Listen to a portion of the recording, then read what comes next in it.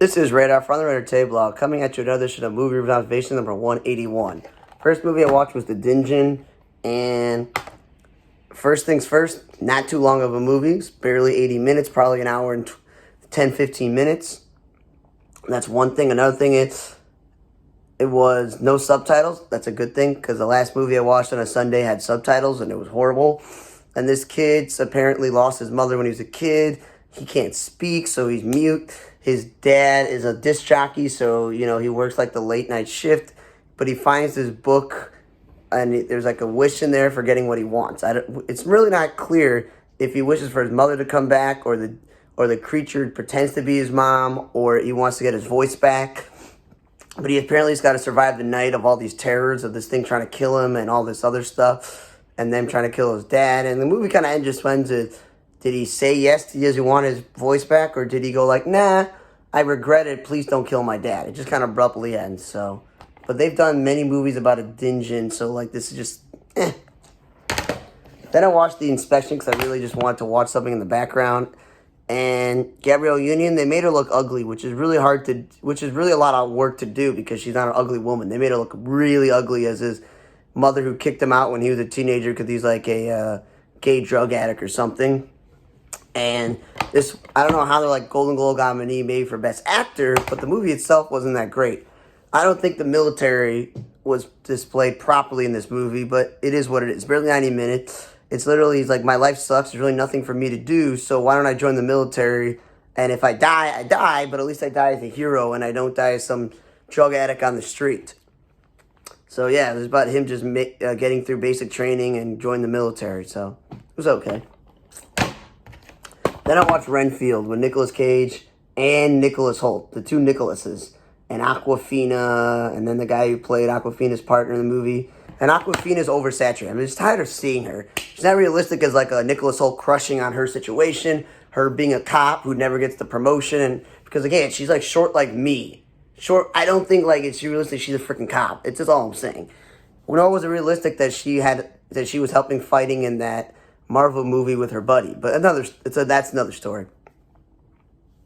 So yeah, I thought the movie was more about like Nicolas Cage coming to power as a vampire, but no, the movie was about Nicholas Hoult being in this relationship where he's like stuck, working for him, and he's trying to get out of it, and he goes to therapy and stuff. And it's a gory movie because it's a vampire movie, but it's also pretty campy and pretty funny. How Nicolas Cage got like a vampire accent, and Nicholas Hoult, and it has like get these powers, and they're fighting bad guys, and Ben Schwartz is really good at playing the dumb idiot bad guy. I thought, hey, Ben Schwartz is funny. This is gonna be good. So is Nicolas Cage. Like, it's an enjoyable movie. I actually really liked it, but it may not be everyone's taste. But again, I just love Nicolas Cage movies, so maybe I'm a little biased.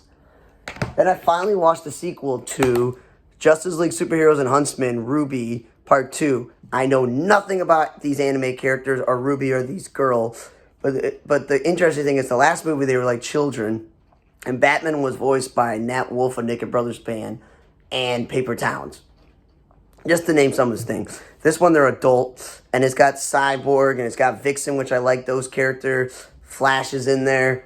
They had some of Batman's villains like Joker and Harley Quinn and Killer Croc. And then they had Mirror Master from Flash and Weather Wizard. So they had some Flash villains from the Rogues Gallery there.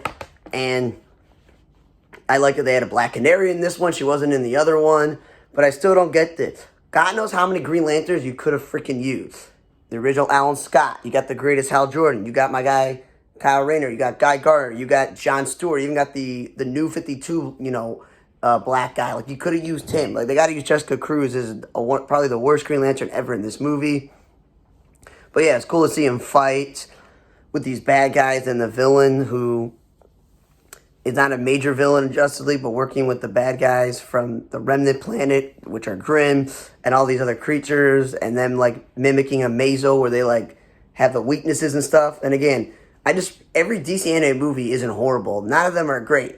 But it was nice to at least see the continuation of this movie. And they're not that long, these movies. So I really enjoyed the fact that, I watched a superhero movie. They had certain characters in there that, normally aren't in the movies, like Black Canary, Vixen, and Cyborg, and some of these other characters. But yeah, it was pretty good. Again, not really familiar with the voice cast. There was a lot of anime actors voicing these characters. But, you know, typical Batman. He gets attacked and he's almost dying, but he's like, no, I gotta go save Gotham. It's my responsibility.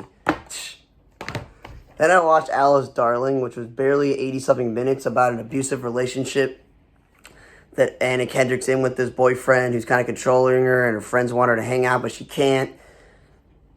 And it was all about her just getting away from him and stuff. So it was okay. You know, usually Anna Kendrick does, like, comedy. She's in the movie Trolls. So, like, it was interesting to see her do a drama role. But the movie was, it was okay. It wasn't horrible. It wasn't great. It was okay.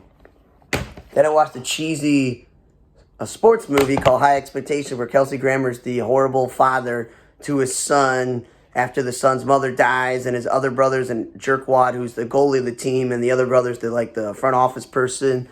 His ex-girlfriend is in the picture, his buddy, and he's playing like some rec league, and the whole movie is like a, you know, Make-A-Wish in a way, like a Field of Dreams, like good feeling of a movie where he's like, I try out for the opposing team, and we go to the championship, and we try to win the whole thing, sort of thing. Like, very cheesy, and then they're like, oh no, the father says he's dying of something. Well, it's very cheesy there, too, and the music was kind of cheesy, and his ex-girlfriend not wanting anything to do with him, and then all of a sudden wanting to be engaged to him. I don't know, I'm just obsessed with sports movies, so obviously I watch every sports movie, no matter what it's about. So yeah, I watched it. Kelsey Grammer's a jerk in every movie, but that is what it is. But I will say the best movie I watched was a combination of the comedy in Renfield and Nicolas Cage's acting, and watching another DC animated movie, Part 2. Hopefully I can watch Part 2 of the other DC animated movie that I watched also this summer. But stay away from watching The Inspection, and unless you really want to watch Anna Kendrick in a drama, I wouldn't suggest Alice Darling. And if you're not really into horror, don't watch The Dungeon. Thanks for listening to another edition of Movie Review Observation number 181. For On the Red Table, I'm Radar. See you guys next time.